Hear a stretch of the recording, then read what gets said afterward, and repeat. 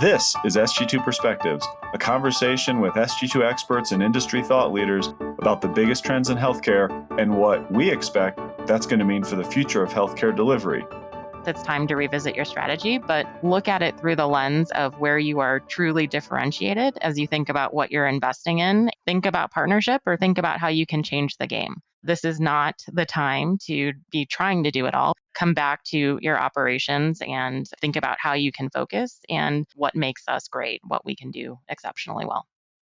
Welcome to Sg2 Perspectives. I'm your host, Trevor Durin. We're thrilled this summer that our executive summit gets to return with an in-person option on July 28th and 29th, followed by a virtual option the next week on August 2nd and 3rd. For those of you who've known Sg2 for a while, you know that the Executive Summit is our opportunity to share our perspective on the biggest strategic issues across the healthcare landscape. And here with me to preview this year's summit, I have three of the senior most enterprise thought leaders from Sg2, Bill Woodson, Jennifer O'Connor, and Brianna Motley to help me do that. And so thank you all so much for joining us again. Bill, the theme is new energy, new urgency, healthcare hits, reset.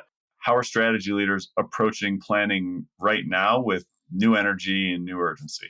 Thanks, Trevor. When we came up with this title 9 months ago, we had an idea of what might be in discussion this time of year. It's a little bit different than what we expected or maybe hoped for because of the operating margin conditions and the financial realities that our members are facing now because of workforce and supply costs. Having said that, most of our members across the board are taking on a renewed look at their long-term strategic plan. And that might be a 2028 plan, it might be a 2030 plan. And that's academic systems and community systems alike. For the academic systems, in many cases, they've gotten a lot bigger over the last few years since their last plans. And they're thinking about how to pull the pieces together, including their academic and research engines. And maybe they'll put philanthropy in that bucket as well. And they've never really had to plan this way before. That's a unique challenge. The community health systems, in a similar way, have gotten larger because of partnerships or mergers. This is a new type of plan. And for most systems, it's a 9 to 12 month exercise. That is a top of mind issue for many of our members right now.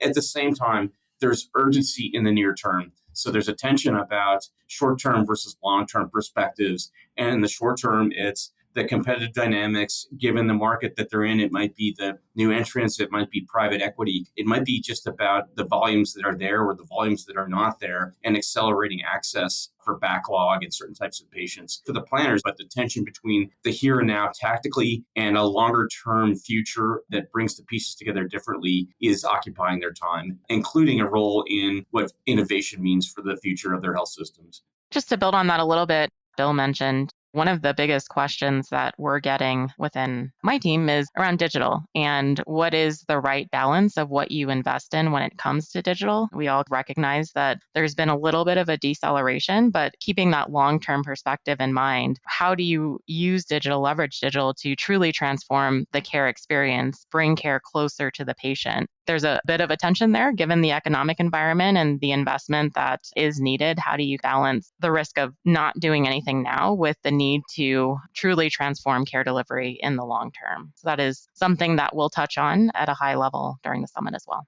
Thank you, Brianna. And Jennifer, it's all about the biggest areas that hit reset. I am fresh off of PTO, Trevor, so I'm all about the new energy.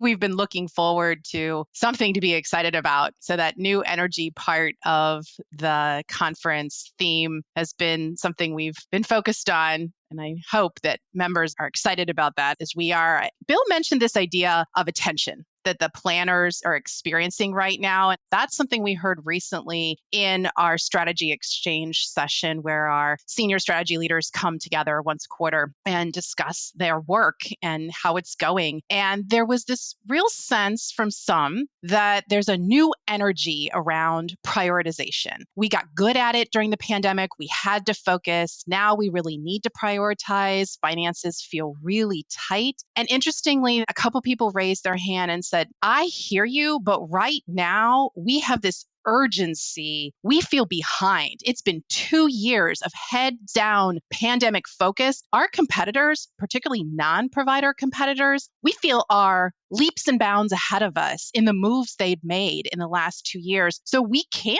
prioritize. We feel like we have to do it all to catch up.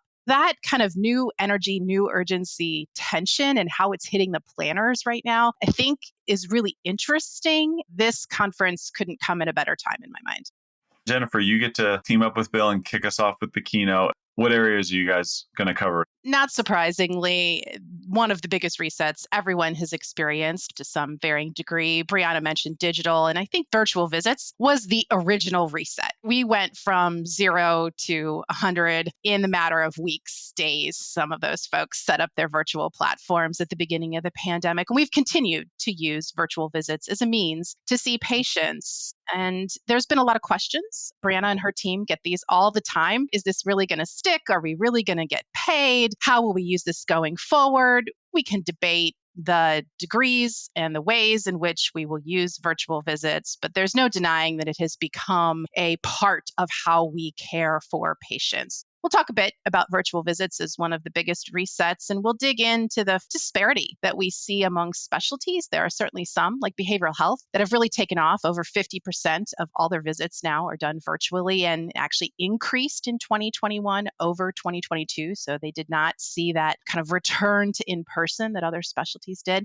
We have some specialties, though, that definitely had a retraction in virtual visits as a percentage of overall. And some of them are our specialties with the longest wait time. So that feels like a huge opportunity to us to really leverage this reset in very specific areas. We'll jump into that. And then Bill mentioned workforce. We couldn't possibly talk about reset and not talk about our approach to workforce and how we need to rethink our approach to workforce, given the realities of the shortages that we face today. And we'll talk through a three-pronged approach that we expect health systems to embrace moving forward if they want to successfully navigate what will be a choppy road ahead from a workforce perspective. We are not going to get out of this in the near term. So there's going to be a segment of our workforce that has embraced a gig economy approach, and we're going to need to meet them where they are. That's going to change some of the sort of structures and scheduling that we do in healthcare. And if we want to have talent, we're going to learn how to be a little more hip and a little more gig. There's a committed core, and they've been with us through the pandemic. They want to work full-time, traditional shifts, but they are burnt out and tired. We need to really recommit to reestablishing a culture of safety, wellness, and just love for doing clinical work. That's what these people love, and we need to support them in doing that. And then there's a third group that actually we've come to understand thanks to the health equity work that we've done for patients. If you actually flip that around a little bit, you can look at vulnerability for your own employees, who in many cases come from those same zip codes where we see challenges for patients in food security, transportation, financial stability. We've started to do some pilots using the Vizient Vulnerability Index, but pivoted towards your employees. We think that's really interesting work and another segment of your employee base that you'll need to be aware of. Thanks for going through those. I'm excited to hear more. Bill, throughout the summit, you're pushing members. We're introducing a new equation for growth. That's going to include new data, include some new planning approaches. As strategy teams re-engage with the traditional hard work of strategy, what are you hearing from them? What are you hearing from members in this area? What we're hearing is it's not only new approaches, it's a way of using some traditional approaches with renewed focus, energy, discipline. And not that it's some huge reveal, but the formula that we're using to describe the new formula for growth is relevance plus diversification times scale. Relevance refers to how you're relevant to consumers and to payers in your market. So two different types of strategies, and consumers arising to the top depending on the market you're in, and using new tactics, new data to bring them into the system. So that's the relevance. Diversification gets into differentiation in your core clinical products and service lines. And then for our larger system members, it's also revenue diversification. And we'll have a special session, a breakout session just on that topic. We'll get some help from our new partners at Kaufman Hall. It's increasingly a question that we get, as you and Jennifer know, and the opportunities are still early, but our large members are counting on those revenue sources for the future. So we have relevance, diversification, and then scale. Scale is about reach to new populations and new geographies, the ability to scale certain types of programs, And scale also getting into how you activate your strategy at the local market level, particularly if you're in a multi-market system. That seems to be a challenge right now to bring it to life. And as Jennifer reminded me, embedded into this new growth philosophy is a hunger, as we've heard from our members, for different types of data. So that's claims data, and we're trying to bring as much of that to the market as possible, as quickly as we can. Data on consumers and consumerism and their attitudes and behaviors and how they've changed pre-pandemic, post-pandemic, and then new sources of competitive information. And more of our members are going through something like a wargaming exercise about what will their competitors do next coming out of the last couple of years versus the capabilities of their own system, and how should they respond and pivot. The other data that's increasingly available to the strategists and planners is now coming from the quality side, and many of our members use something from our parent company, Vizient, called the Clinical Database, the CDB, incorporating that into service line plans, into enterprise plans about where you're good, where you're not, where you have advantage, is going to be, we think, more and more important to the overall planning process. That's great, Bill. And I think we'll really speak to, Jennifer, some of what we've heard from the strategy exchanges of, everyone wants consumer and better claims data, but they don't feel like they're there yet for the most part. Brianna, you get to wrap up the summit. You have an encouraging message, challenge, call to action to our members. What's the key message? Why is it important for strategy leaders to hear right now? Thanks, Trevor. We're going to explore the tension throughout this conversation between trying to play catch up and trying to reset your strategy with the financial environment that we're in today and the workforce challenges that also exist. Our challenge to our members is to maintain their focus. So yes, it's time to revisit your strategy, but look at it through the lens of where you are truly differentiated as you think about what you're investing in. If you have services, if you are contemplating offerings that competitors have come to market with, but you don't have a way to differentiate yourself in that offering, then think about partnership or think about how you can change the game. This is not the time to be trying to do it all. We fall victim to that in healthcare quite often, but our message is